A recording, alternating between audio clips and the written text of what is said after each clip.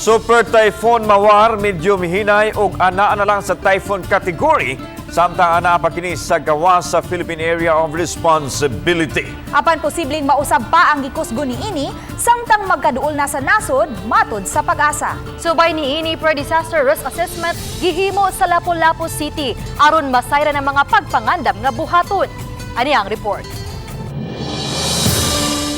Human mamahimong usa ka super typhoon ang bagyong Mawar kagahapon, kaganihang kadlawon medyo mihinay na kini ug anaa na lang sa typhoon category. Sa banabana sa pag-asa, magpabilin kini sa typhoon category sa mosunod nga 12 ka oras sa dili pa kini subling mamahimong usa ka super typhoon samtang magpaduol sa Pilipinas. So not yet rolled out na mubalik pa kini sa into super typhoon category. So even though nihinay siya, that is kusog pa gihapon na kusog pa kini na bagyo because it's typhoon category ug expected nato by Friday or Saturday makasulod kini sa atong Philippine Area of Responsibility.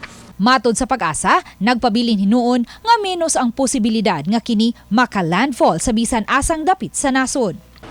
Kaya naa pa sa gawa sa Philippine Area of Responsibility ang bagyong Mawar nga pagatawgon unya og bagyong Betty sa pagsulod niini sa Philippine Area of Responsibility busa aduna pay posibleng mga kausaban sa track nga subayon niini ug sa gikusgon sa maong bagyo. Apan matod sa pag-asa, ang klaro mao nga maghatod kini og mga kusog nga pag-uwan ilabi na sa Western Visayas ug kusog nga hangin dinhi sa Central ug Eastern Visayas. Magpaduol kini sa may extreme northern Luzon o recurving gihapon ang kanyang tracking.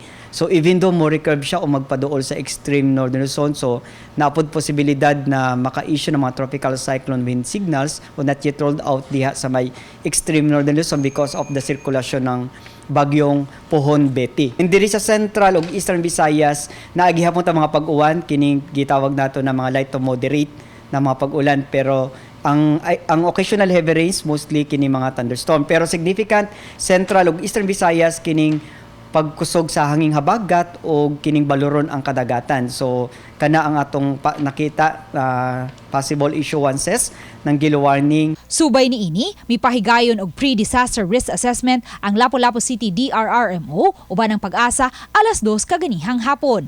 Kini aron masayran kun unsa ang mga angayang andamon bisan kun layo ang posibilidad nga maglandfall sa bisan asang dapit sa nasod ang bagyo. Ang say resulta sa meeting karong hapon, so magpagawas sa taog advisories. Pero more gina ang atong threshold good is audit kuan gyud, audit experience nato mo atong pangandaman labi nag sa super typhoon category na. Kay ubay-ubay ang mga isla sa dakbayan sa Lapu-Lapu, may mga relief packs na nga gipamutang ng daan sa Olango Island. Kuwas na gale warning, daghan ang mas stranded na pod. Yan daghan ang mga mananagat sa islets na to nga dili ka loud. So posible ato nang tagaan siguro sila og relief goods na pod. Kay anyway, reposition naman daan ang atong mga food items.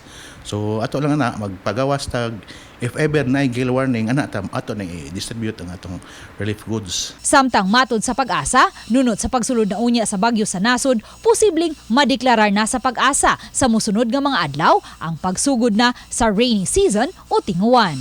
Uban ni Marlon Melgazo, Luan Narondina, Balitang Wisda.